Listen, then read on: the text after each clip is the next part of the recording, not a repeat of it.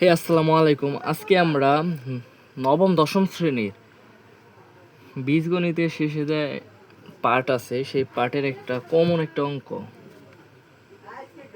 এটা আমরা একটু করার চেষ্টা করি। বীজগণিতের শেষে পাটিগণিতের কয়েকটা অঙ্ক আছে, সেগুলো একটু করার চেষ্টা করি। এটা হচ্ছে কমন একটা অঙ্ক।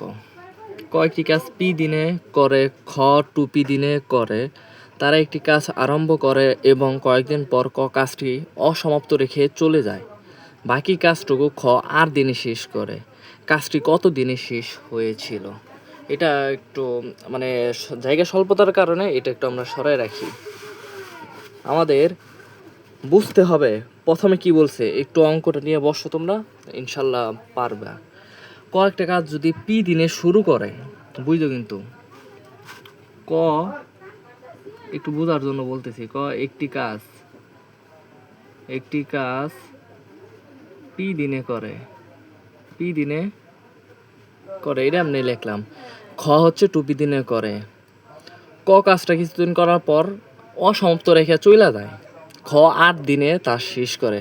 এখন শুরু থেকে শেষ পর্যন্ত আমরা ধরি কাজটি টি দিনে শেষ বা সমাপ্ত হয়েছিল।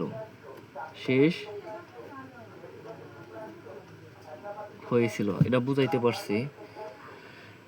তে এই কাজটা শেষ করছে কে? খ কিন্তু কাজটা শেষ করছে। তা আমরা লিখতে পারি খ টুপি দিনে করে একটি কাজ। সুতরাং খ করে 1/2p টি কাজ। বুঝাইতে পারছি? সুতরাং খ কয় দিনে শেষ হয়েছিল? টি দিনে শেষ হয়েছিল t/2p কাজ, 2p টি কাজ। এটা বুঝলা নাকি? এখন কাজটা হয়েছে টি দিন পর্যন্ত, আর খ করছে 8 দিন পর্যন্ত। টি থেকে আর যদি বাদ দিই তাইলে সে না ক কাজটি করছে এতদিনে। তে ক কাজটি করেছিল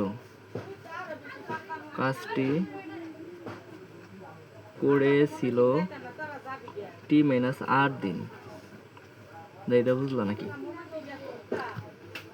ক পি দিনে করে একটি কাজ।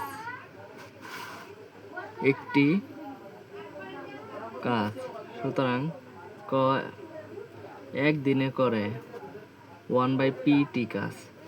সুতরাং ক t-8 দিনে করে t-8/p টি কাজ। এখন সুতরাং মোট কাজ t/2p প্লাস t-r/p। লসাগু আশা করি তোমরা পারো। পিপি কাটা, টুপি কাটা থাকে টি, প্লাস পিপি কাটা থাকে 2 into t-r, t plus 2t minus 2r/2p, 3t-2r/2p। হ্যাঁ, এটা আমরা একটু লিখলাম। এখন এই সাইডে একটু লিখি, জায়গা স্বল্পতার কারণে।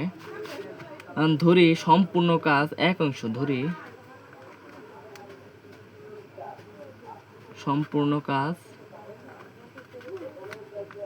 অংশ, তা আমরা লিখতে পারি না এই মোট কাজ আর সম্পূর্ণ কাজ তিনটা কি প্রশ্ন মতে লিখতে পারি। মোট কাজ এত সমান 1, 3t মাইনাস 2r/2p সমান। আমাদের যেহেতু সময় বের করতে গেছে সেহেতু আমরা টি এর মান বের করব। আর গুণন বা 3t সমান 2p প্লাস 2r, বা 3t এটা গুণাকারে আছে ওই পাশে গেলে ভাগ 2p প্লাস 2r/3। এটা আর একটু যদি লিখতে চাও আমরা লিখতে পারো 2/3 ইন্টু p প্লাস r। এটা কমন নিয়ে করতে পারো। এটা শেষ। বুঝাইতে পারছি? যদি বুঝা থাকো আলহামদুলিল্লাহ।